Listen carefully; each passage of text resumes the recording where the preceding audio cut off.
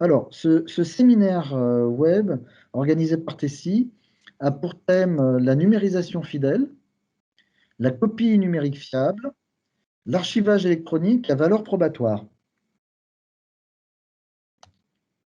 On verra quelle est la définition donnée par la norme de la numérisation fidèle, quels sont les textes de loi qui définissent la copie numérique fiable et établir les différences entre ces deux notions importantes qui sont celles de la numérisation fidèle et celle de la copie numérique fiable. Alors, quelle est la définition de la numérisation fidèle? Cette définition nous est donnée par une norme AFNOR, une norme nationale, qui est la norme AFNOR Z42-026, qui date de juin 2017, dans lequel on peut résumer les choses de la façon suivante. Un, l'objectif de cette norme, c'est de préserver l'intégrité du document, c'est d'instaurer de bout en bout une traçabilité des opérations de dématérialisation, de mettre en place des contrôles pour s'assurer qu'on ait bien une reproduction à l'identique de la forme et du contenu entre l'original papier et la copie numérisée. Voilà. On va instaurer aussi des tests et des échantillonnages par processus documentaire traité. Par exemple, prélever au hasard un carton de documents numérisés tous les mois et comparer à l'écran s'il y a des différences notables entre les originaux papier et les documents numérisés. Voilà. Et il va falloir tout ça le rédiger, rédiger toutes ces opérations de dématérialisation, toutes ces opérations de contrôle dans une convention de numérisation qui va lier le donneur d'ordre, celui qui demande la numérisation de ces documents, et l'opérateur, celui qui réalise la numérisation des documents. Et on peut distinguer plusieurs cas, centralisé ou décentralisé. Par exemple, une numérisation qui serait faite au niveau d'un siège et décentralisée au niveau d'agence, par exemple. Et externalisé ou internalisé. Est-ce qu'il s'agit d'un donneur d'ordre et d'un opérateur qui appartiennent à une même entreprise, ou est-ce que le donneur d'ordre est une entreprise A et l'opérateur une entreprise B qui est en fait un prestataire de numérisation? Donc ça nous définit ce que peut être une numérisation fidèle, selon la norme Z42-026. Alors, cette norme a été publiée en juin 2017. Elle fait l'objet d'un référentiel de certification qu'on appelle la marque NF 544, qui a été validée par AFNOR Certification en 2018, qui a fait l'objet d'une accréditation d'AFNOR Certification par le COFRAT, qui est un organisme public, en novembre 2019, un an plus tard. Et on peut citer parmi les prestataires ou les entreprises qui ont été certifiées NF 544, Tessie France, qui est certifiée donc marque NF 544 depuis juillet 2020 sur 3 sites de production, Nanterre, Val-de-Reuil et en Alsace, Stichling-Haye. Maintenant, les textes qui définissent ce que c'est que la copie numérique fiable, c'est en fait le Code civil, c'est l'article 1379 du Code civil, qui dit qu'on présume fiable jusqu'à preuve du contraire toute copie résultant d'une reproduction à l'identique de la forme et du contenu d'un acte dont l'intégrité est garantie dans le temps par un procédé conforme à des conditions fixées par un décret d'État qui a été pris par le Conseil d'État le 5 décembre 2016. Alors, c'est quoi la différence avec la numérisation fidèle, d'abord, on ne parle pas de la numérisation de n'importe quel document. Quand vous numérisez des documents, il y a dedans des originaux papier, il y a aussi déjà des photocopies d'originaux qui ne sont pas des originaux. Il y a des actes, c'est-à-dire des documents qui engagent plusieurs parties avec des signatures dessus. Et puis, il peut y avoir aussi des choses qui ne sont pas engageantes, comme un relevé d'identité bancaire, comme un justificatif de domicile, une photocopie de votre facture EDF. Tout ça, ce ne sont pas des actes. Donc, la copie fiable ne s'applique pas à n'importe quel document. Elle s'applique à des documents qui sont des documents contractuels. Donc, il ne s'agit pas de mettre de la copie numérique fiable partout. C'est vraiment, ça s'adresse à des documents qui ont une importance juridique. Et le décret du 5 décembre 2016, donc, va indiquer un certain nombre d'exigences qui ne sont pas obligatoirement les mêmes que celles qui sont indiquées dans la norme Z42-026. Alors, quelles sont ces exigences? Ces exigences sont des exigences réglementaires. Donc, c'est la loi. Et elles sont posées par ce décret du 5 décembre 2016, à savoir que le procédé de copie, donc le procédé de numérisation, doit produire des informations contextuelles sur la réalisation de la copie. On doit tester ce procédé avant de le mettre en production et on doit le contrôler. On doit prendre une empreinte de l'acte numérisé, une empreinte électronique, donc c'est un procédé de hash-coding. Hein. En général, c'est l'algorithme SHA 256 qui est utilisé. Et cette empreinte, on doit la sceller pendant toute la durée de conservation de l'acte faisant l'objet d'une copie numérique fiable. Et ce scellement, dit le décret pris en Conseil d'État du 5 décembre 2016, ça doit être soit un horodatage qualifié EIDAS, soit un cachet électronique qualifié EIDAS, soit une signature électronique qualifiée EIDAS. Donc c'est quelque chose de très fort, mais ça ne s'applique pas à tous les types de documents, uniquement aux originaux papier d'actes ou de contrats. La copie est conservée dans des conditions garantissant l'absence d'altération. Il doit y avoir des journaux de réalisation et on doit conserver ces journaux aussi longtemps que la copie dans des conditions garantissant leur intégrité. Les systèmes doivent faire l'objet de mesures de sécurité et on doit décrire toutes ces opérations permettant de générer de la copie numérique fiable. On doit conserver ça dans une documentation aussi longtemps que pendant la durée de conservation de la copie numérique fiable. En gros, on va retrouver des exigences qui sont communes à celles de la norme AFNOR Z42-026, plus un certain nombre d'ajouts qui sont par exemple la signature ou le redatage qualifié UIDAS de l'empreinte. Alors, pour ça, on a mis en place un certain nombre, avec Tessie, on a mis en place un certain nombre de dispositifs, de services pour nos clients. On appelle ça la Certified Suite by Tessie. Alors, qu'est-ce qu'elle contient? Elle contient dans une chaîne une réception des flux. Donc, on va retrouver dans cette réception des flux les fameux flux rentrants papier qui contiennent des originaux papier ou pas. Ça peut être déjà des photocopies, par exemple, mais qui ne feront pas l'objet d'une copie numérique fiable et qui ne sont pas concernés par l'article 1379 du Code civil. On va recevoir aussi des flux électroniques, parce qu'aujourd'hui, la plupart des flux rentrants ne sont plus papier, mais sont nativement électroniques, comme des courriers électroniques.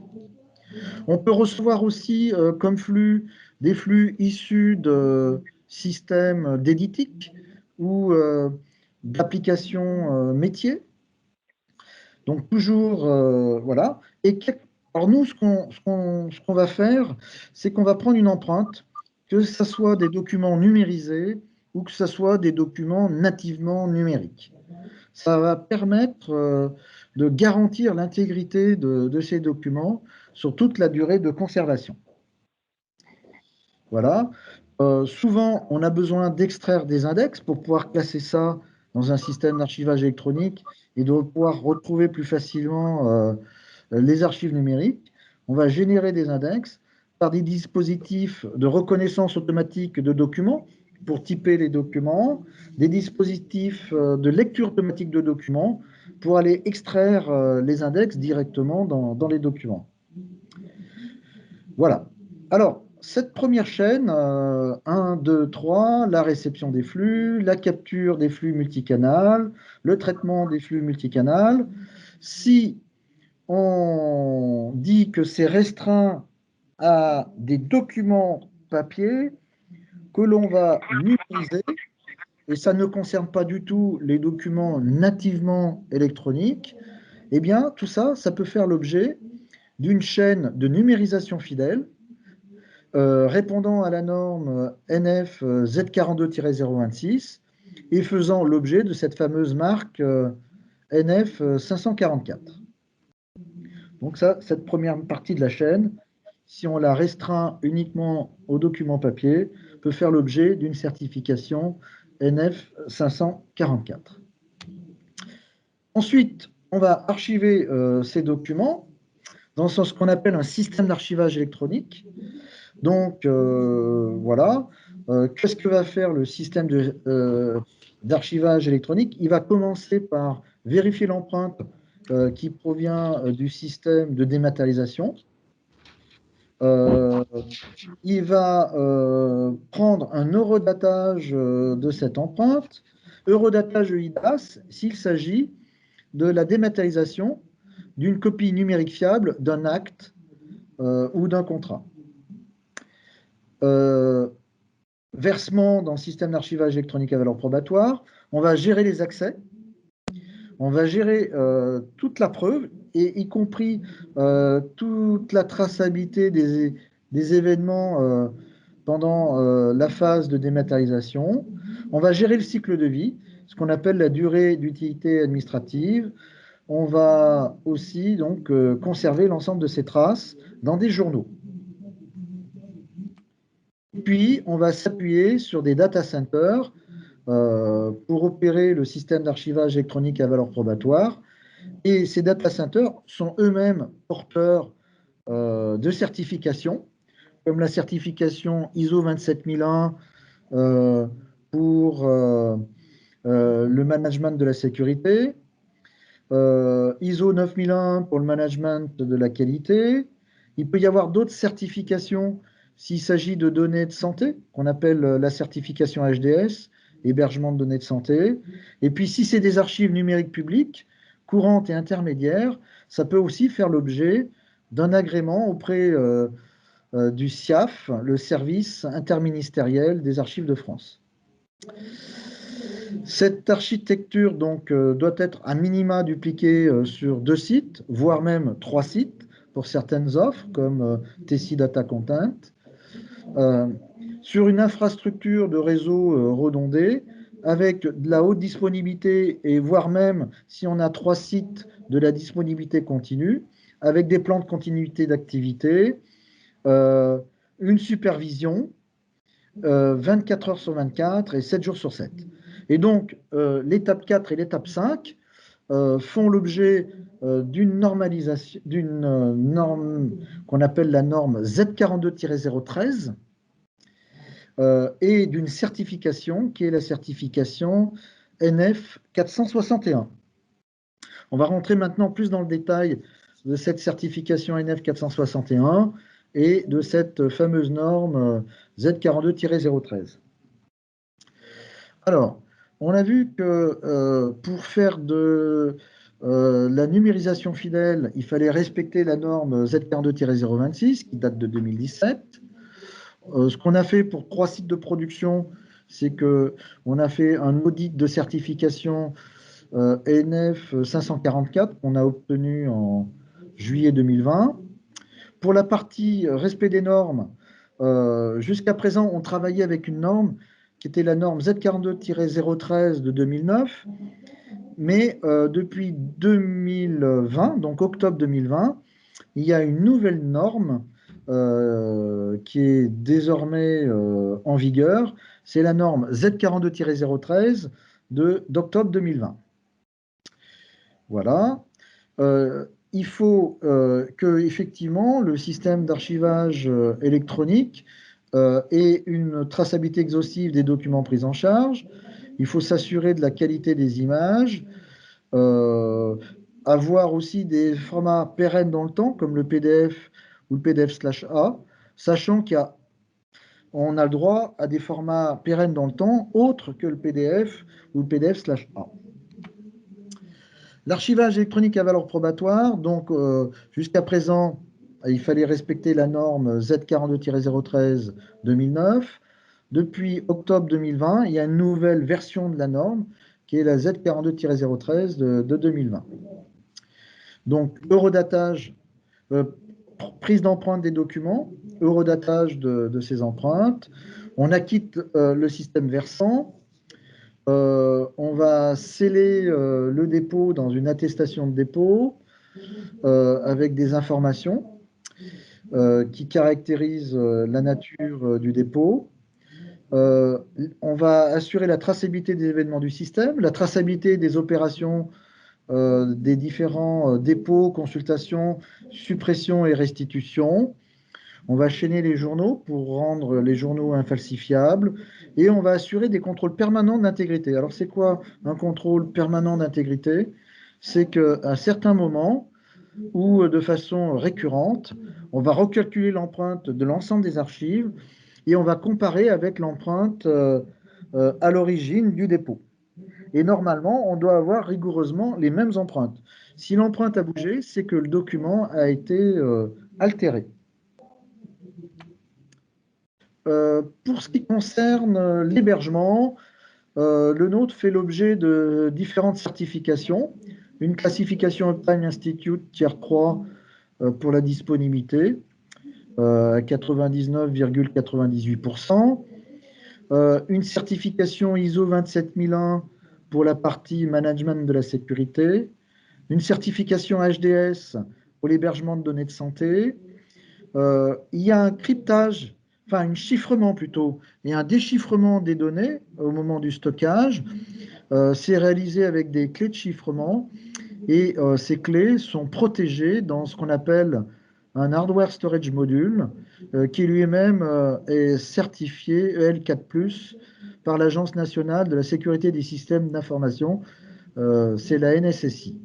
Et puis, si ces documents, ces archives sont des archives numériques publiques, on a en plus l'agrément SIAF pour pouvoir les conserver s'il s'agit d'archives courantes et intermédiaires. Alors, en octobre 2020 est sortie une nouvelle version de la norme Z42-013 sur les systèmes d'archivage électronique. C'était déjà passé en enquête publique en mars 2019. La fin de l'enquête publique a eu lieu en mai 2019. Il y a eu près de 1500 commentaires qui ont été étudiés. La nouvelle norme a été publiée en octobre 2020. Et c'est pas si vieux que ça. La semaine dernière, Hafner Certification a publié un nouveau référentiel de certification NF 461. Donc ce 5 février 2021, c'est lundi dernier, et ce nouveau référentiel de certification NF 461 est basé entièrement sur les exigences de la norme Z42-013 de 2020. Et à partir de maintenant, les nouvelles certifications NF 461, à partir du 5 février 2021, auront lieu sur la base de ce référentiel et des exigences de la version 2020 de la norme. Voilà, j'en ai terminé pour cette présentation. Et maintenant, nous sommes à l'écoute de vos questions.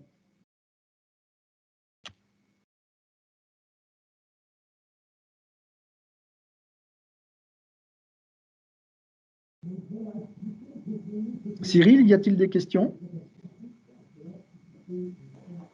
Alors, je crois que M. Vincent souhaite poser une question. Pensez à réactiver vos micros. Monsieur Vincent, nous vous écoutons. J'y vais. J'y vais, du coup, je me lance. J'avais une question. Au début, vous disiez, donc on est d'accord que le but, de toute façon, c'est de se débarrasser de ces archives papier. Et vous disiez que donc le sondage était effectué, donc par exemple, en prenant un carton une fois par mois pour Voilà. vérifier Oui, que tout à fait. la On fait un politique... échantillonnage. Et cet échantillonnage, c'est quelque chose qui va se négocier entre finalement le donneur d'ordre, celui qui veut faire numériser ses archives, et le prestataire, qu'il soit un prestataire interne ou un prestataire externe. Alors, pourquoi on ne le fait pas systématiquement sur chaque document? En fait, c'est au donneur d'ordre de décider. Il peut très bien décider, si c'est des documents hyper engageants, hein, si c'est des actes importants, des contrats, qu'il y ait un contrôle de qualité systématique sur chaque copie numérique, sur chaque document. Ou bien, imaginons que ce soit la numérisation de masse de documents non engageants. À ce moment-là, on va travailler par échantillonnage, de façon statistique. D'accord. Et ce taux est à définir au cas par cas. Ok, mais plus précisément, moi, c'était plutôt sur la durée de conservation du coup de ce carton, pour Alors, reprendre le l'exemple. carton, on doit le détruire qu'une fois qu'on s'est assuré que les échantillons sont positifs. Hein. Si on se rend compte qu'un pourcentage, même infime, de la production n'est pas bonne, il ne faut surtout pas supprimer les cartons tant qu'on n'a pas renumérisé les documents pas conformes. D'accord. Donc, vous fonctionnez comment du coup? Par lot ou par lot glissant? Enfin, je ne sais pas trop Alors, comment. en général, on travaille par carton d'archives, et un carton d'archives peut représenter plusieurs lots. D'accord. Alors, chaque document est identifié, chaque page est identifiée, et on sait retrouver une page dans un document dans un lot, et un lot dans un carton. D'accord. Et donc ça, c'est vu en effet, comme vous le disiez, contractuellement avec le client, enfin avec le donneur d'ordre.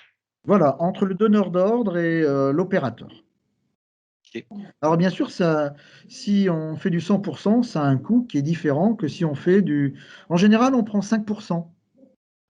La sécurité sociale et les caisses d'allocation familiale échantillonnent à 5%.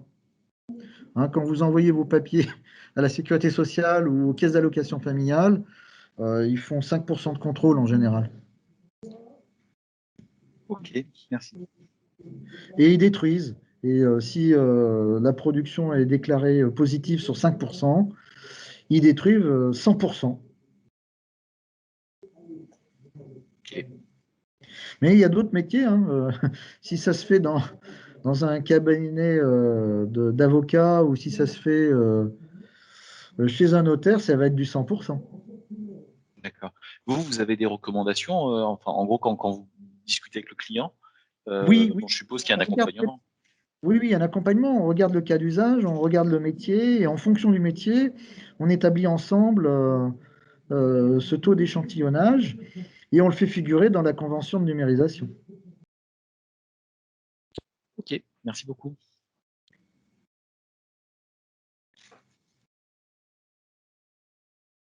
Y a-t-il d'autres questions?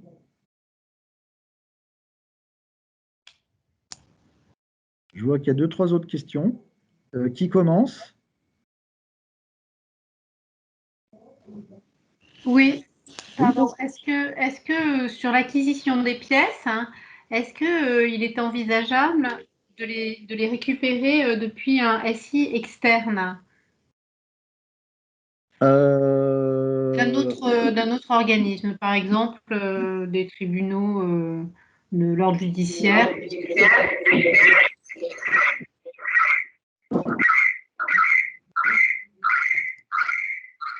ouais, il y a un effet Larsen. Donc, Il y a peut-être un micro de trop dans le réseau.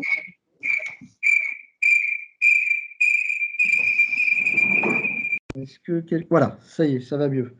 Oui, alors on disait, votre cas d'usage, c'est que c'est un document papier qui a été généré par une autorité judiciaire, par exemple, un tribunal.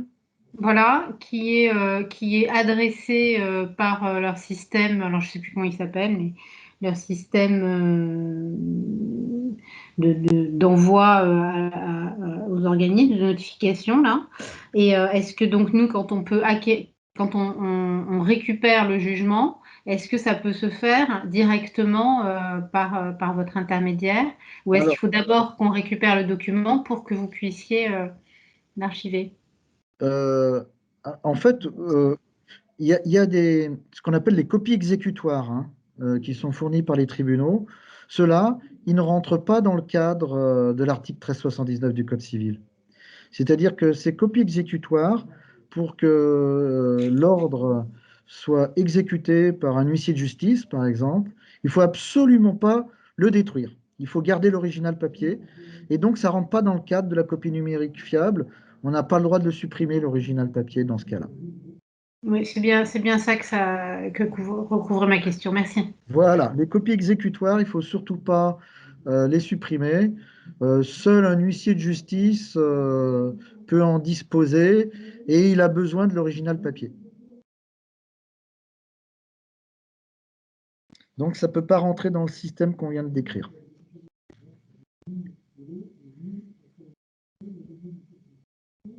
Y a-t-il d'autres questions?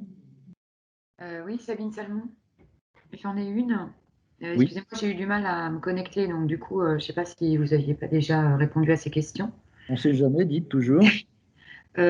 Aujourd'hui, notre entreprise utilise un prestataire extérieur pour l'archivage, justement. Également, comme je pense à peu près toutes les sociétés avec lesquelles peut-être vous travaillez. Euh, qu'est-ce qui, qu'est-ce qui ferait que Tessie aurait plus de compétences par rapport au domaine? Je ne sais pas si ma question vous semble... Par rapport à quel domaine? Bah, en fait, aujourd'hui, on a tous de l'archivage pratiquement, notamment de notre société, on a de l'archivage physique, Oui, un gros archivage physique. tout à fait. Puis après, tout dépend de l'organisation interne de l'entreprise. Euh, Moi, je vais me retrouver concrètement confrontée à énormément d'archives à dématérialiser, parce que bien sûr, on y vient hein, sur la numérisation des documents.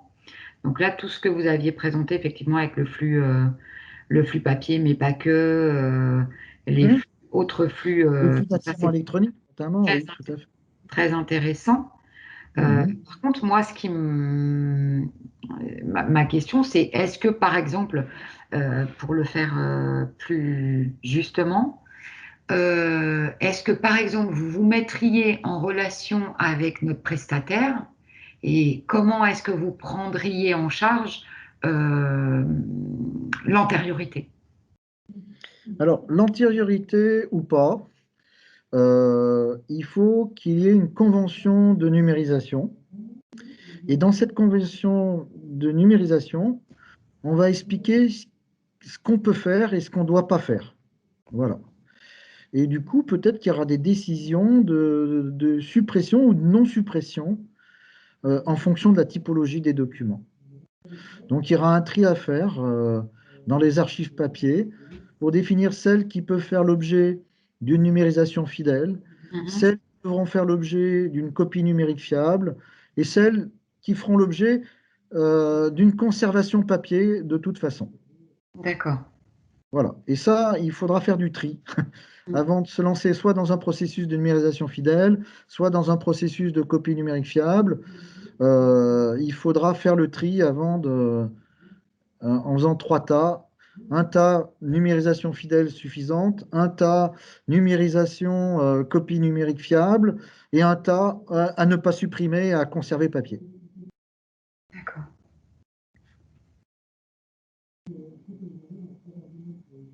Merci. Merci. Y a-t-il d'autres questions? Oui, bonjour, Jessica Rocher. Bonjour. Concernant la copie fidèle, vous aviez évoqué les trois façons de garantir cette copie fidèle, donc Alors, c'est la copie horodatage. fiable, c'est la copie numérique fiable. Ah, d'accord, Il y a pardon. besoin soit d'un horodatage qualifié UIDAS, soit d'une signature électronique qualifiée UIDAS, soit d'un cachet serveur qualifié UIDAS. N'importe quelle de ces trois méthodes de scellement de l'empreinte est reconnue valable par le décret du 5 décembre 2016, relatif à D'accord. l'article 1379 du Code civil. D'accord. Et du coup, on est obligé de passer par un organisme spécialisé pour. Alors, il faut que l'outil génère soit de l'horodatage qualifié UIDAS, soit de la signature qualifiée UIDAS, soit du cachet serveur qualifié UIDAS. Et il faut passer par effectivement un prestataire qui est lui-même qualifié UIDAS. D'accord. Alors, chez Tessie, on a une filiale qui s'appelle Tessie Certinia, qui est elle-même qualifiée UIDAS pour ces trois types de scellement.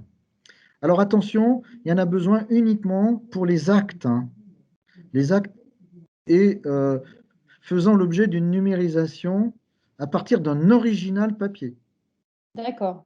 Hein, les photocopies de photocopies ne sont pas concernées, on peut les détruire. D'accord, Sans ok. être obligé de sceller leur empreinte. Ok, très bien. Je vous remercie.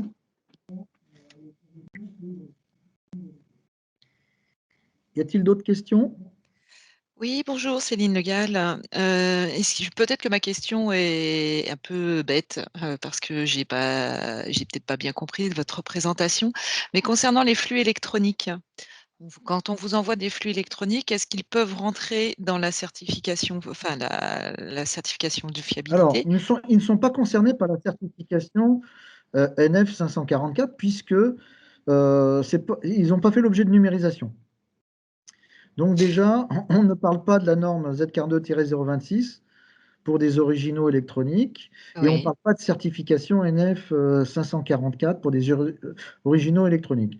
Par contre, ça peut être intéressant de les archiver dans un système d'archivage électronique à valeur probatoire qui est lui-même certifié NF 461. oui, c'est là où je voulais en venir, effectivement. Voilà. Pourquoi ça peut être intéressant pour certains documents nativement électroniques? Imaginons un contrat signé en ligne.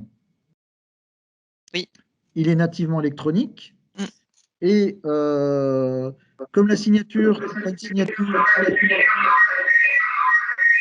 Ah, il fait l'arsène. Ok, merci. Comme ce document signé électroniquement a fait l'objet d'une signature électronique, probablement cette signature électronique n'est pas une signature électronique qualifiée UIDAS. En général, c'est des signatures simples, c'est des signatures avancées au sens UIDAS et non pas qualifiées. Et donc, du coup, pour que c'est autant de valeur qu'un document manuscrit signé, il va falloir conserver en plus du document électronique signé tout le dossier de preuve de l'opération de signature électronique. Par exemple, l'authentification des signataires. Par exemple, la délivrance à la volée d'un certificat de signature. Voilà. Par exemple, le recueil du consentement. Par exemple, la preuve que tout le document a été lu de la première ligne jusqu'à la dernière ligne, de la première page à la dernière page. Et tout ça, ça constitue un dossier de preuve qui est presque aussi gros que le document signé lui-même. Et pour faire face à des contestations ou à des problèmes juridiques, il est conseillé, il est même recommandé d'archiver ces documents signés et leurs dossiers de preuve dans un système d'archivage électronique à valeur probatoire. Et là, c'est une garantie de le faire dans un système d'archivage électronique à valeur probatoire qui est lui-même certifié NF 461. D'accord. Très bien. Et j'avais une petite deuxième question, si vous me le permettez. C'est que à un moment donné, vous avez dit que vous faisiez des contrôles d'intégrité, et que vous recalculiez, alors j'ai peut-être mal L'empreinte. noté, hein, Recalcul. l'empreinte et Oui, que vous contrôliez avec l'empreinte du dépôt si cette dernière a bougé ou pas bougé. La question c'est est ça. si ça a bougé, qu'est-ce que vous faites? Mais peut-être que vous avez Ah ben, répondu tout à l'heure en disant que vous repreniez le lot et que vous non, non, refassiez. non, non, non, non, non, non, c'est pas pour ça qu'on reprend le lot. Ça, D'accord, c'est les contrôles de la numérisation fidèle, les lots. d'accord. Donc, c'est l'étape d'avant. Mais une fois que c'est rentré dans le système d'archivage électronique à valeur probatoire, Mmh. on a soit une copie numérique fiable, soit un document numérisé, fidèle numérisé, hein. Et du coup, on va sceller l'empreinte au moment du dépôt dans le système d'archivage électronique. Et c'est pendant toute la durée de conservation dans le système d'archivage électronique qu'on va contrôler cette empreinte pour s'assurer que, malgré le fait que ça soit dans un système d'archivage électronique, le document n'a pas bougé. Voilà, c'est une précaution supplémentaire pour s'assurer que le document est bien intègre pendant toute la durée de conservation. Et ça, c'est une obligation, c'est une exigence de la norme Z42-013. Et ces contrôles d'intégrité, ils doivent être faits au moment du dépôt, au moment de la restitution, au moment de la suppression, pour s'assurer qu'on a bien supprimé le bon document, et pendant toute la durée de conservation, avec des contrôles permanents. Donc on passe son temps à calculer ou à recalculer l'empreinte pour s'assurer à tout moment qu'elle est bien identique à l'empreinte au moment du dépôt. D'accord. Et si elle a bougé, qu'est-ce qui se passe? Alors si elle a bougé, alors c'est très rare, hein, c'est parce qu'on aurait donné les droits à un utilisateur de le faire. Euh, à ce moment-là, on va d'une part tracer cette anomalie dans la traçabilité et on va avertir l'administrateur des données comme quoi euh, une donnée a changé d'empreinte. Voilà. Alors ça peut être normal hein, si on remplace un document par un autre et ça peut être anormal aussi. On n'en sait rien, ça va dépendre du cas d'usage. Ce qui compte, c'est tracer et alerter. C'est pour ça qu'il y a des conventions d'archivage électronique maintenant, avec la nouvelle norme Z42-013 de 2020, où dans la convention d'archivage, on va dire pour telle typologie de document, c'est normal que le document il évolue, et pour tel type de document, c'est pas normal qu'il évolue.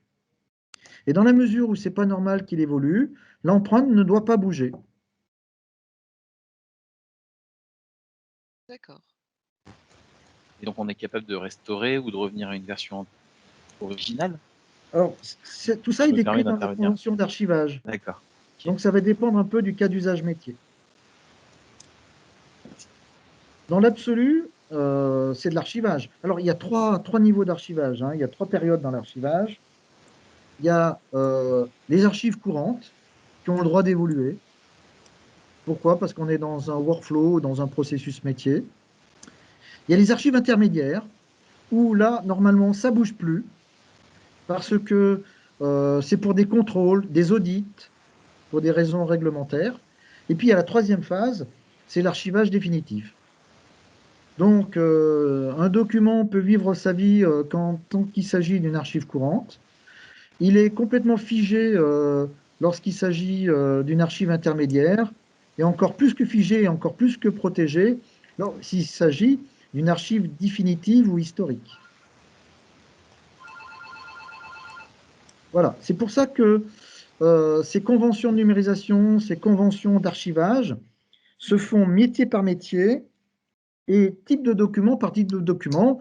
On appelle ça la politique d'archivage électronique. Elle est obligatoire, elle est rendue obligatoire dans le cadre de la norme Z42-013 de 2020.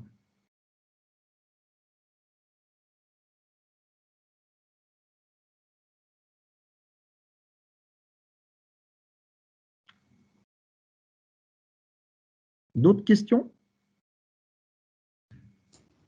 Oui, moi j'avais bonjour Virginie Roland, j'avais deux questions, mais je pense que vous y avez plus ou moins répondu à un moment concernant donc si on avait besoin d'archiver de manière probante certains PDF, un PDF scanné déjà par exemple avec une signature manuelle dedans, ne pourra pas être considéré, ne pourra pas être considéré, oui, comme une valeur, enfin, avec une valeur légale.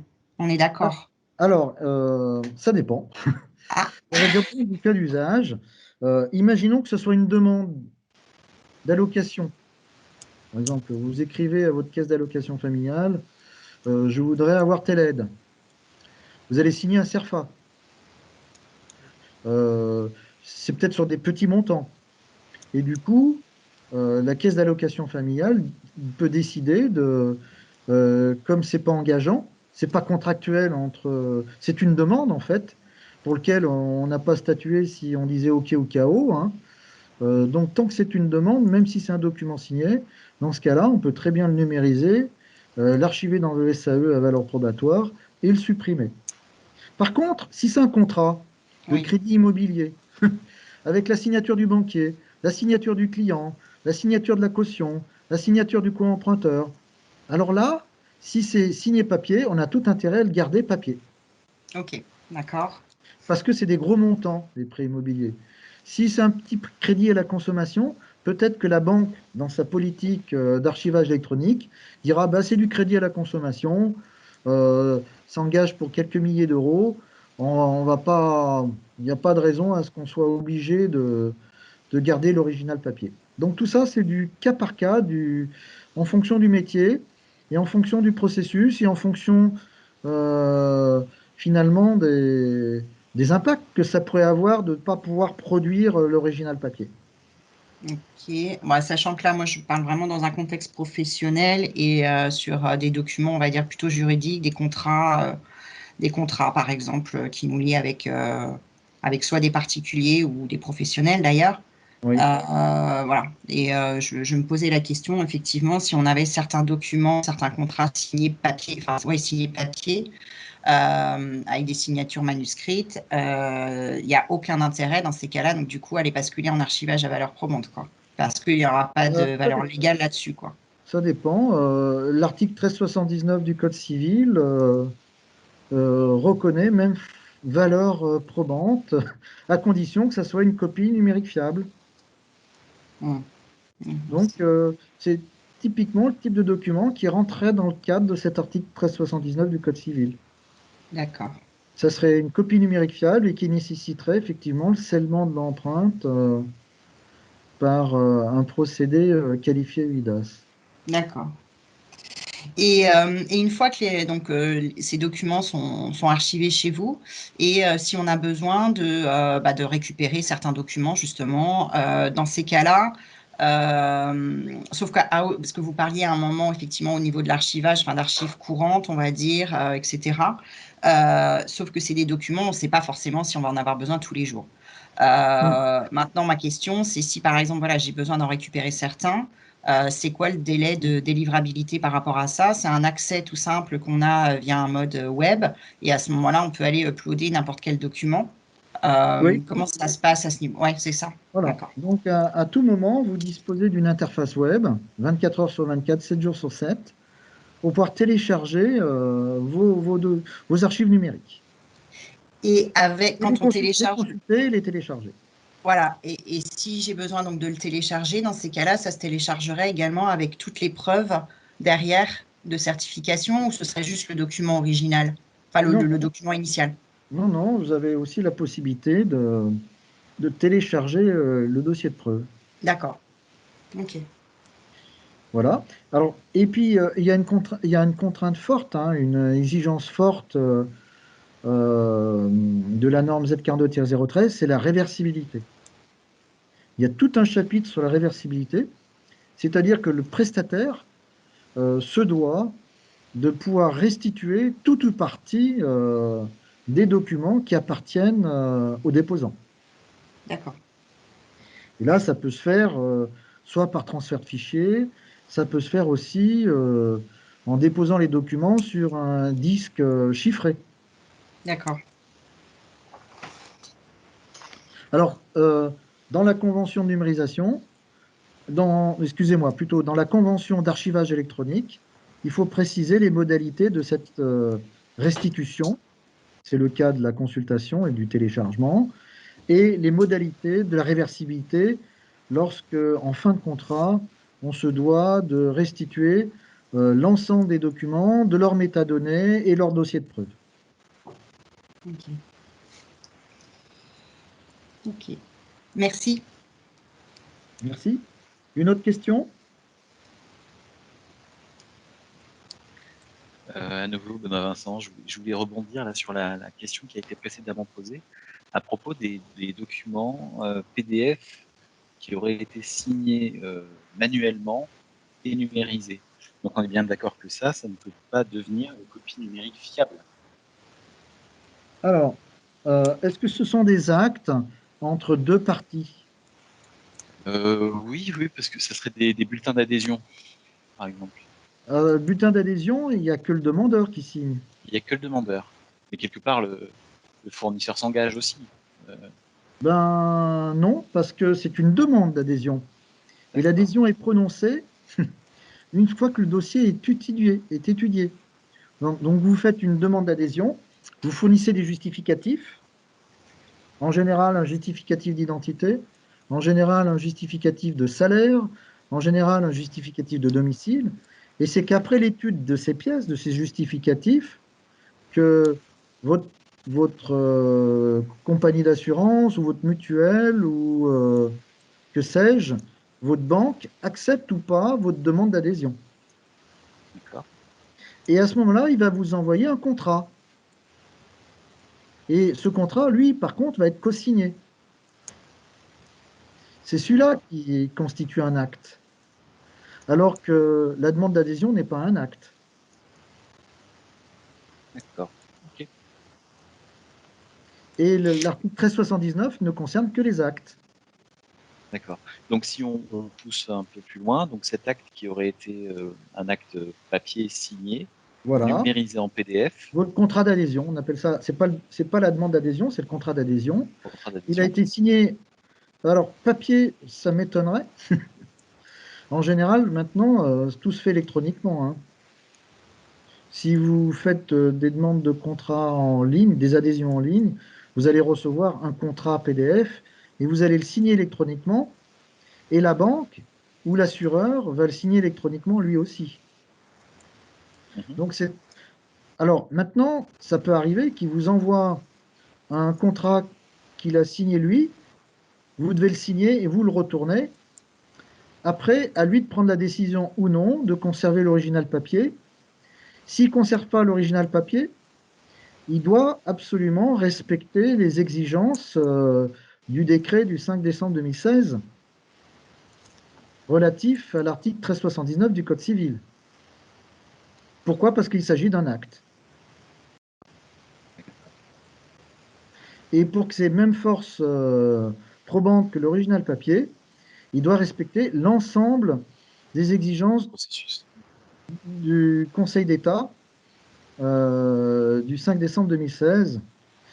Et là, effectivement, c'est prise d'empreinte avec signature électronique qualifiée UIDAS ou eurodatage qualifié UIDAS ou cachet serveur qualifié UIDAS. D'accord. Bon, ben voilà, ça répond à ma question. Donc non, en effet, un PDF scanné et signé manuellement ne peut pas devenir une copie numérique. Bah, s'il s'engage qu'une personne, oui. Voilà, on va garder une jolie copie numérisée de façon fidèle, hein. Ouais. C'est suffisant. D'accord. Merci.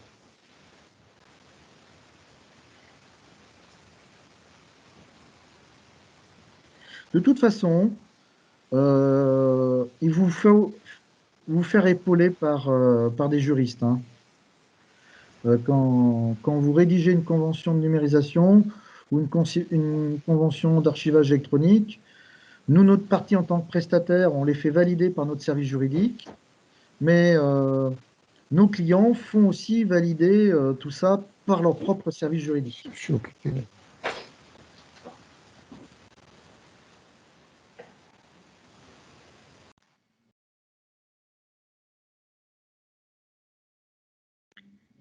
Voilà. Cyril, y a-t-il d'autres questions? Non, pas d'autres questions pour le moment.